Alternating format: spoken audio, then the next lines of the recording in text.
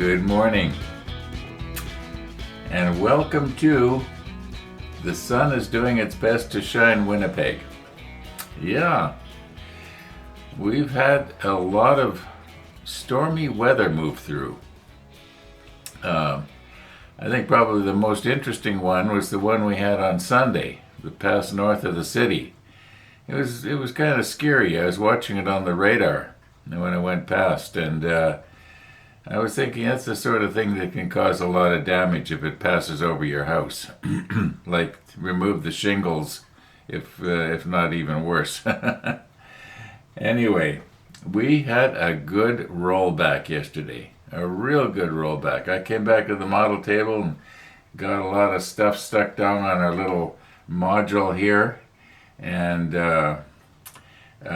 most of the stuff we already had, but a couple of pieces that it's calling for here are in this box. We made them, well, be careful here, Ron. We made them, I guess, it must be about a month ago. So we need two of these. There might only be two, but they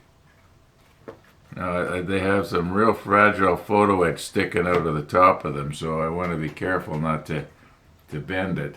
Yeah, I'm only seeing two of these things.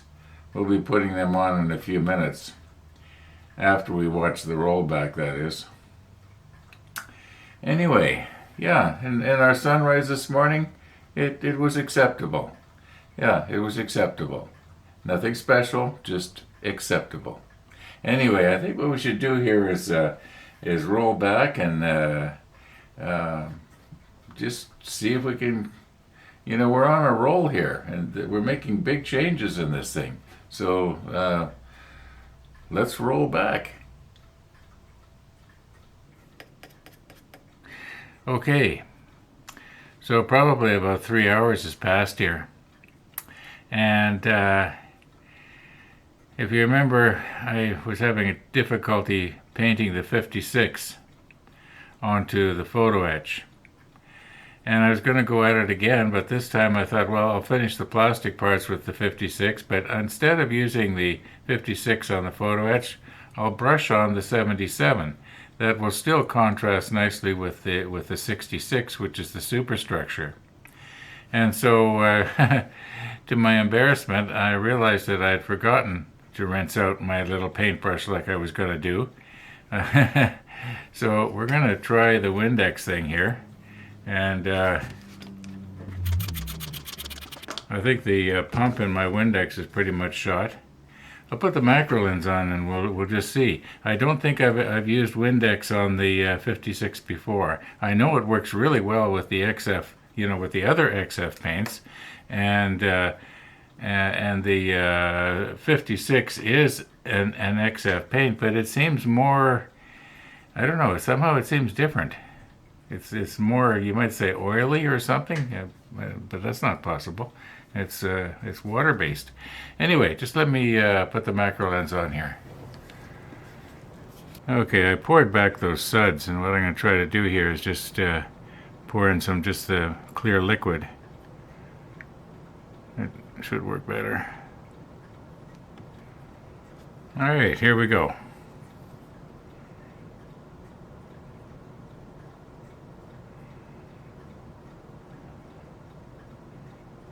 Normally what I would see right now is it would be clouding all around the bristles. And it kind of is.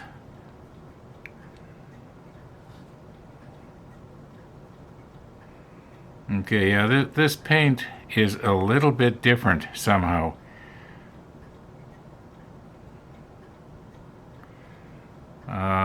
Yeah, I don't know why it's different from the other XF paints, but it just is. You can see on the surface there, it almost it does not want to mix with the Windex. It is mixing, but not as easily as the others. Okay, anyway, we did it. I'm just going to finish up here cleaning this brush, and then we'll get back to painting. Okay, sometimes something like this will work and sometimes it won't. So I'm going to just give it a whirl here. I've got my 77, and it is quite thinned out. We'll just do the inside here first.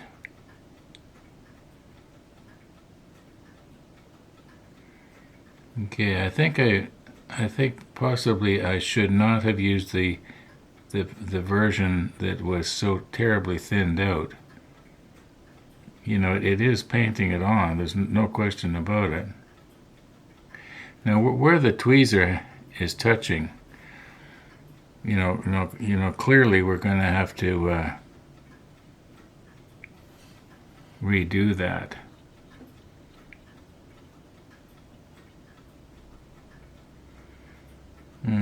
This is not working out the way I had planned.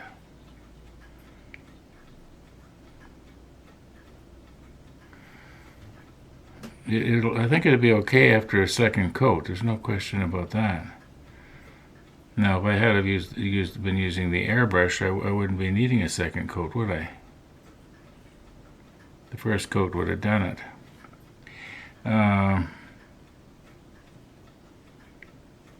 Okay, I'm just going to flip this thing over and we'll do the other side.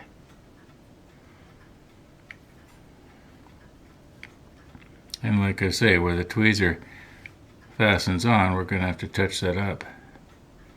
There's going to be a little spot there.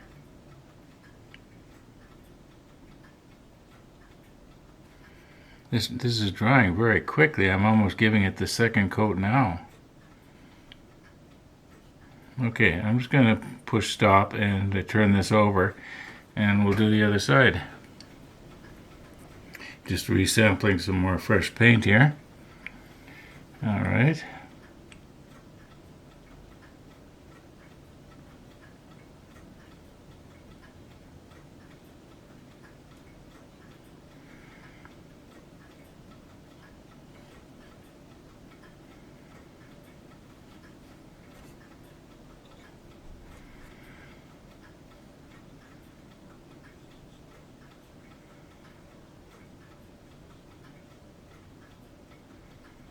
You know, this might work.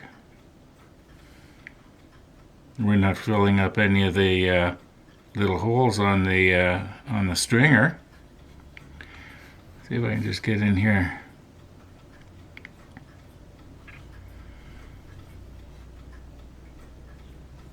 I'm gonna need more paint. Maybe that's too much now. Because this paint does shrink. That's one nice thing about the 56. I mean the XF paints. You got 56 on the brain. Okay. Oh, there I filled it up. That's not good. Try and poke that out.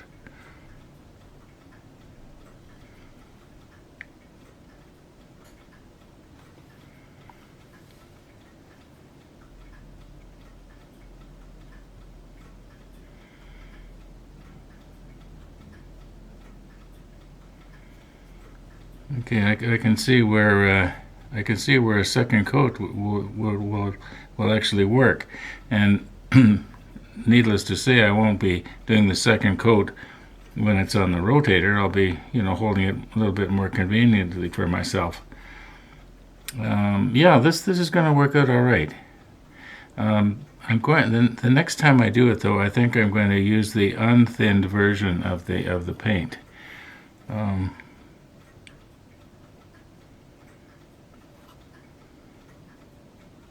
Yeah, I think we pretty much got it.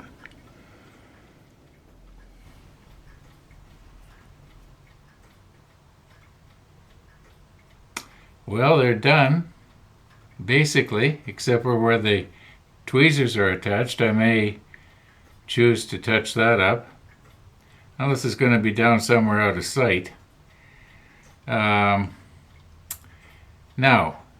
I know you are sick of hearing me say this, but I'm going to say it again anyway. I'll be the first to admit the airbrush will do a much, much better job. But when I was working away on those little pieces, I was thinking how relaxing this is. Yeah, I don't know. That's me. Somebody else, well, it might be a different story. I can pretty much guarantee you that Nigel will not be doing his 200 skill Yamato with a paintbrush.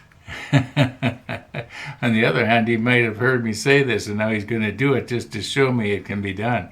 But I don't think so. Anybody that wants a really, really good job, they're going to use the airbrush. And to that viewer who commented a while back, and well, actually just a couple of days back, and he said, I just invested, and I forget how much he said, I think $800 on compressor and stuff. And he says, and now you're not using the airbrush anymore. Now, he was just sort of kidding around. He wasn't mad at me or anything, but, you know, to you, if you're listening, you're going to really enjoy your airbrush. You really will. And after you get used to it, you're going to be thinking, wow, this does do a good job. You know, what's old Ron complaining about? Anyway, yeah, maybe I'll move in just a little bit here. I can't move in a lot because everything's sort of spread apart. So I can't really use the macro lens. But I can move in a little bit here.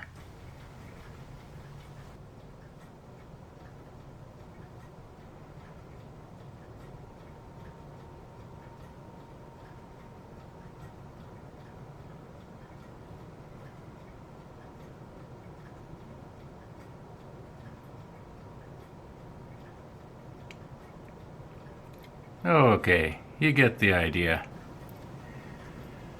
Okay, this module is going to become very fragile once we get photo etch parts sticking out here and there.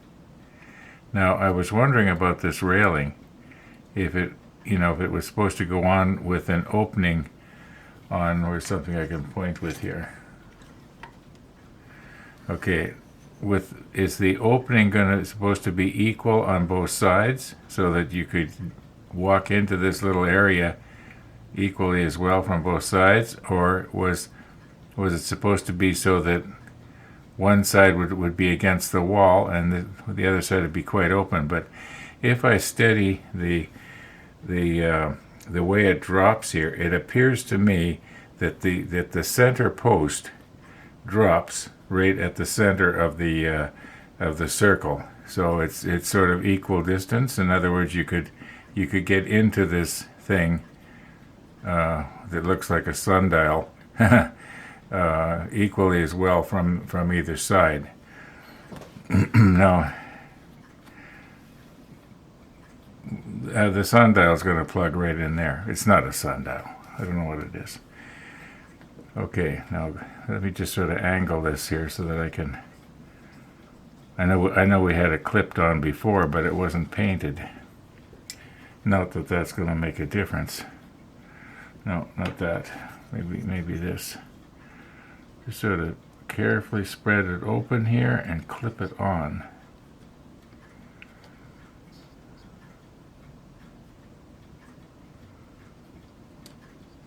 Okay, I think it has to go around it just a little bit more. Like that. That's pretty good. Maybe a little bit more. Just sort of wiggling it around. I know you can't see me doing it, but okay, that's pretty good. Now I'm going to touch some CA thin just on the back there and hope that it wicks its way around. I'll put the macro lens on so you can see what's going on.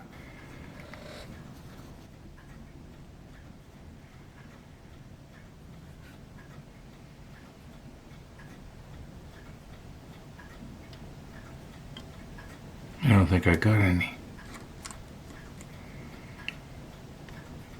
Okay, I got some on there this time. There. I'm coming from the other side.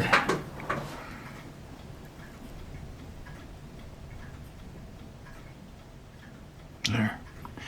I think that's probably all we're going to need. I know I like to have it gooped on there, but this time I'm not going to.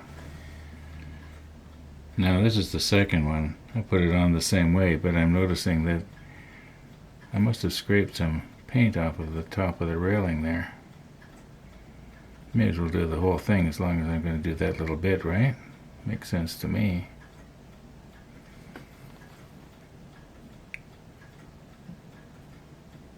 Yeah, I'm pretty sure I got it. Once again, you can see it a whole lot better than I can. How about down there? Is there a spot down there? Maybe I just got it wet. Anyway. Okay, now for the ladders, I'm not going to worry about the fact that there might be a little bit of photo etch showing on the bottom there. You can just see it where the tweezer was, right? And we are using our new rubber tweezers here.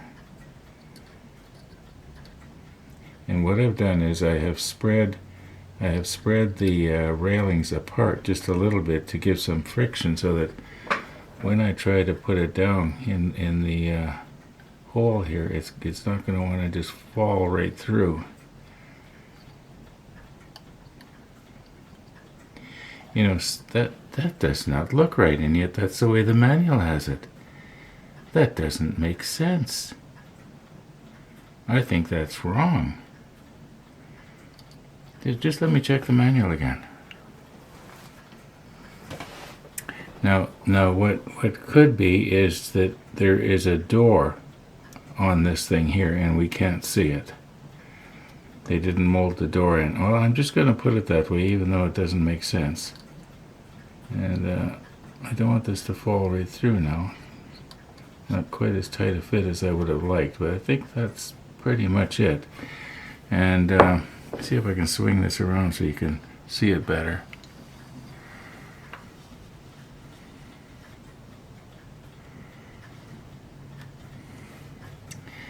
Maybe I'll reposition.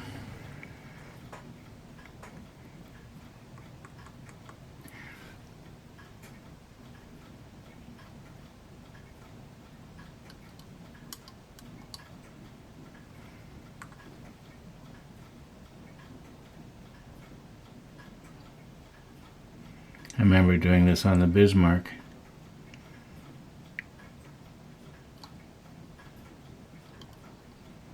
Okay, we'll let that cure, and then maybe I could put a little on the sides. Did I put any more on, or am I the moron? Let's just let that cure. Insta-set. Whoops, wrong place. There. Boy, that sure wicked around, didn't it?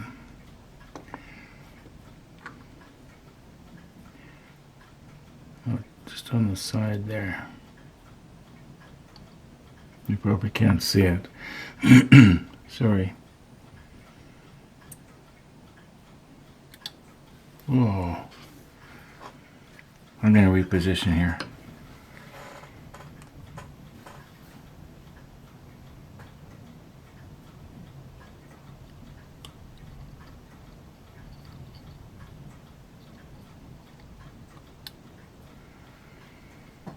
I don't know if I got it on the plastic or not.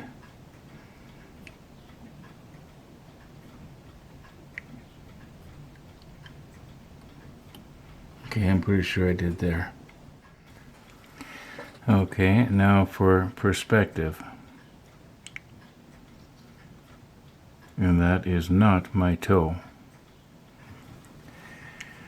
Okay, I've got the other ladder installed now. And if you look straight down in there, you can see that there is a step missing. The only thing is, though, there's going to be a tall piece of superstructure here that so that you won't be able to look down that way anyway. All right, so that means we have done this section here of step 24. Now this section right here has to do with putting on the gussets, which we have done. Okay. Now the only thing left now on 24 is drop these other pieces down. I'm pretty sure that these F21s, the spotlights, are the ones that we made up. Where are they? Pardon my reach.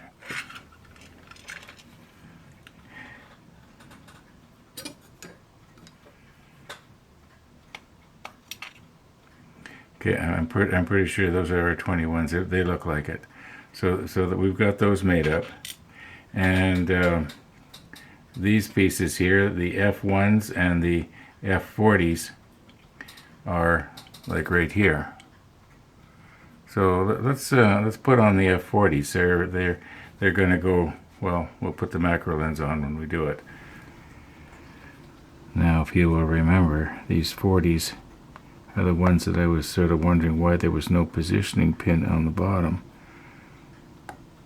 And I realized that the reason is because the base is the positioning pin.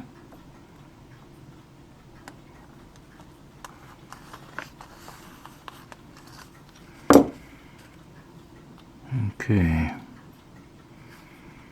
Now what's going to happen is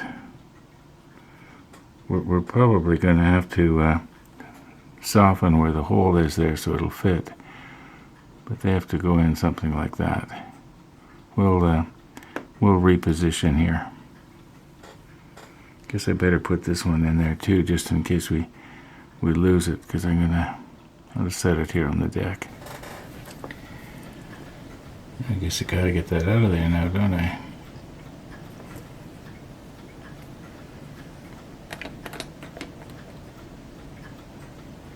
Now we want to soften that hole.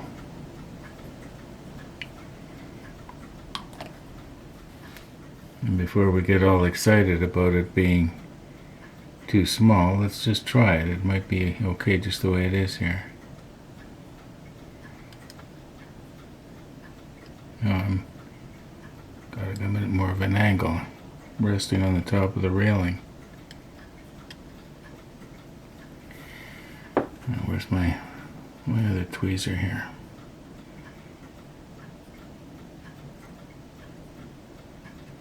I do believe that went down. Okay, we'll slightly tighten it later, or straighten it later, I mean.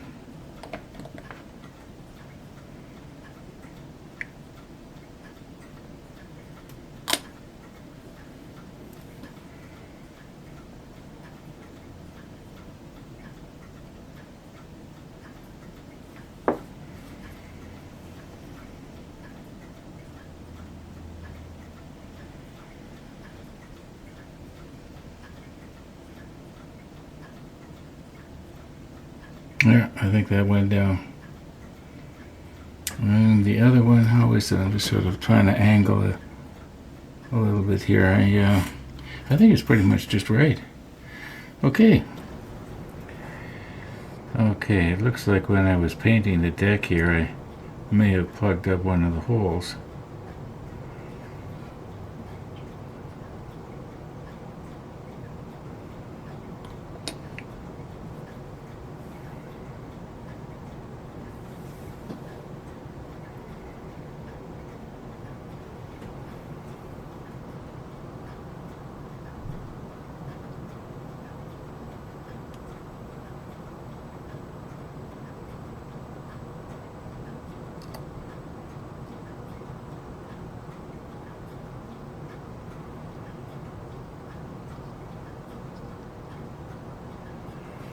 I might be able to actually feel this better with my fingers.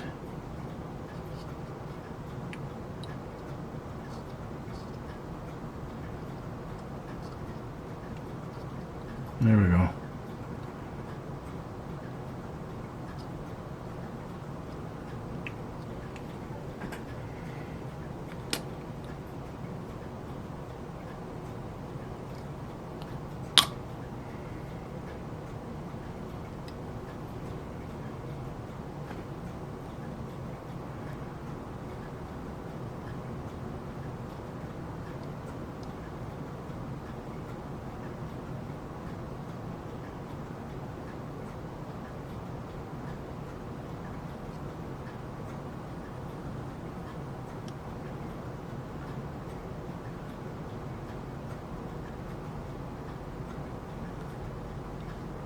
I'm noticing on the back of this one here, it's I must have not painted very good, or I rubbed it off. One of the two. I think that's about as down as far as it's going to go. And it appears to be straight. Okay. You know, I almost made a mistake. See if I can swing this around and show you. See these two holes in the back? I was thinking, oh my, Trumpeter made them way too big for those lights. And then I realized, nope. We got it now. You know, when things are going good like this and little pieces are just sort of dropping on, and you know, you sort of feel like you're making good progress, you hate to quit, but you know, I think I'm going to be shocked at how long the rollback is already. I haven't edited it out yet, so yeah, what do we got here? 9 minutes after 8. I think it's time to call it a night. So, all being well, we'll see you in the morning.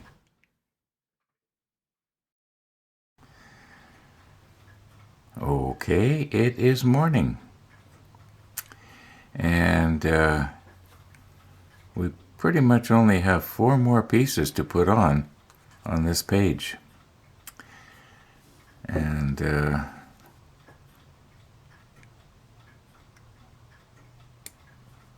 there's one of them.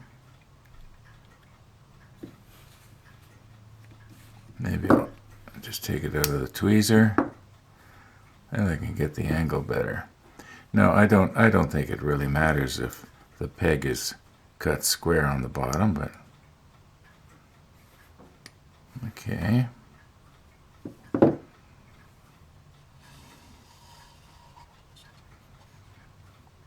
And if we check the way what the drawing is, it looks like these parts are in line with the keel. Let's just recompose here. We're probably going to have to soften that hole or soften something so it'll fit in there. Yeah, and we'll use our new rubber-tipped tweezers. These are staying on pretty good. When I did this, I should have had more CA glue between the metal and the rubber instead of just around the tip of the tweezer, if you know what I mean. I noticed afterwards that I could have done this a little better, but I think if we're careful, these will stay on.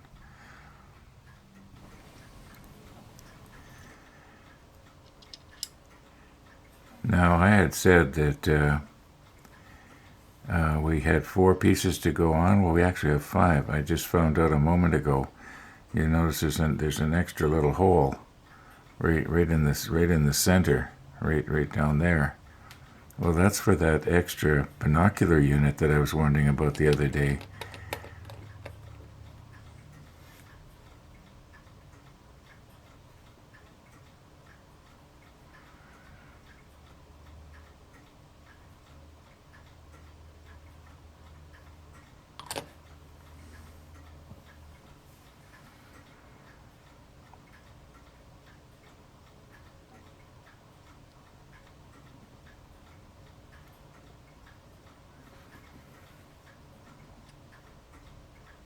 There we go.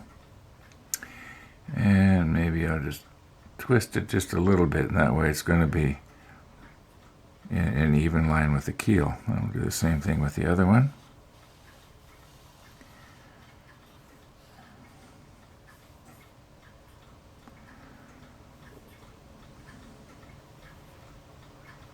You know what? Let's stick on the macro lens. It's always fun.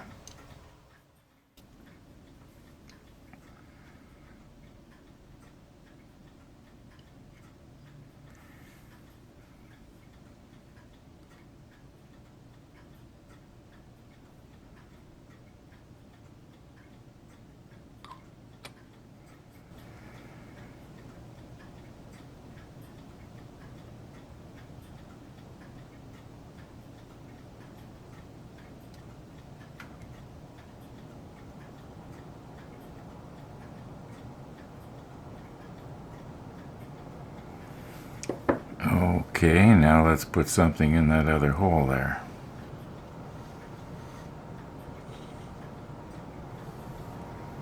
Now I'm noticing that the peg is a little bit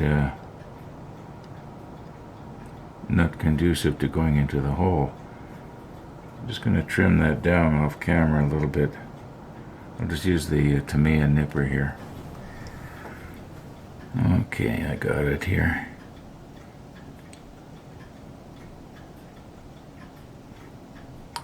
It's always good when I can edit out the dead spots here.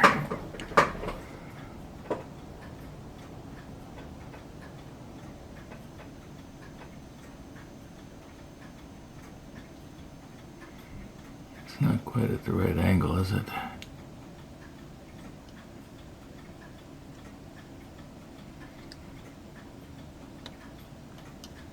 I'm making a mess.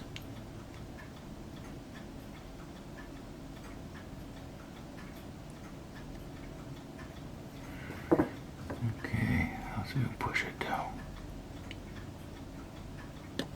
Oh.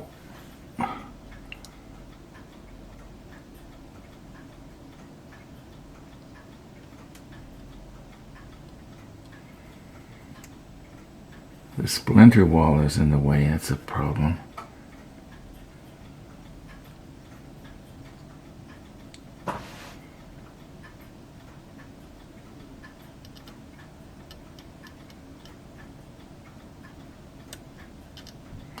Why is that? It's not coming up. I'm having a hard time letting go of it. Can I do it better with my fingers? No, I can't get my fingers in there either. I'm just having a terrible time here. I wasn't expecting this.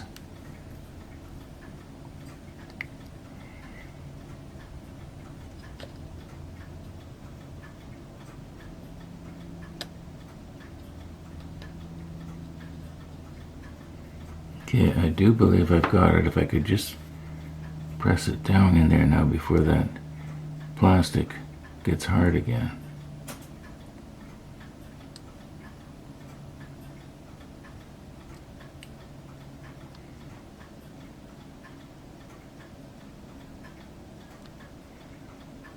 Okay. And maybe we should just turn it a bit. Okay, I think that looks good. Let me look on the monitor. Yeah, looks straight. Now, I want to be careful how I grab this thing, so I'm not going to be squeezing on any photo etch and bending it out of shape. I think if I just grab it by the sides, I should be able to get it off of this blue tack here. I want to make sure I'm squeezing hard enough that it doesn't all of a sudden slip off the end, and there we go, we got it. It's I thought I was going to have to dab it a little bit, but I don't think I need to.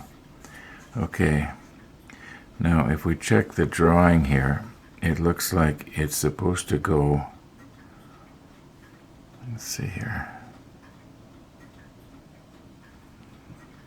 try and reposition my tweezer. Now is this going to fit down in there? Yeah, I think it will. Wonder if I should use a different tweezer here. Very, very carefully try not to scratch it.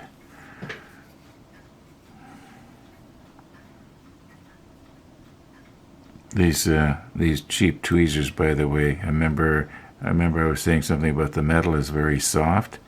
So after you squeeze them shut, they don't spring back all the way open again.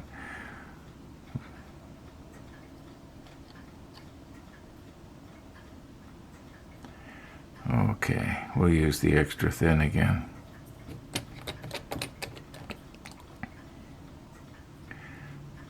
Now I just know you're hoping that I'm going to put the macro lens on for the other one, right?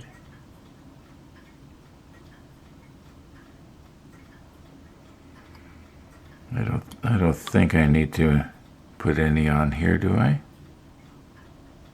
So where am I? Okay, now very carefully, let's drop it down here. Try not to break the seats off.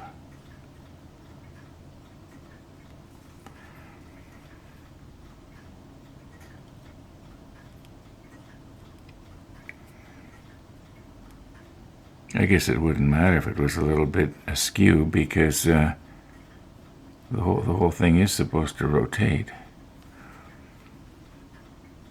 Be careful where I put my hands here. I would think that's down.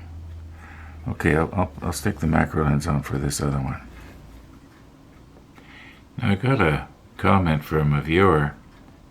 I think it was in yesterday's episode, and I kind of gathered that he may have seen Nigel's review on the Yamato, and he made the comment to the effect of the Yamato was really big, and I commented back and I said, you know, the Iowa that we're going to be working on, if we ever get at it, is actually a little bit longer than the Yamato. Not only the kit, but also the real ship. And he commented back and said, yeah, I've got the Missouri. Now I'm ad-libbing a little bit here, but so he's got the Missouri, so he undoubtedly knows he's got a really long ship. And I just wanted to let some people know that, in case you're wondering, profile-wise, if you were to step back and look at the Yamato and the Iowa in my case, you might think that the Iowa is actually a larger ship until you look down on them. Then you'd realize that the Yamato was really beefy. I know with all the hype about the Yamato lately, people think, well, that must have been a huge ship, and it was, width-wise. And it also had larger main guns by a couple of inches, which is pretty impressive. Okay, let's get our macro lens on now and see if we can drop this in that spot right there.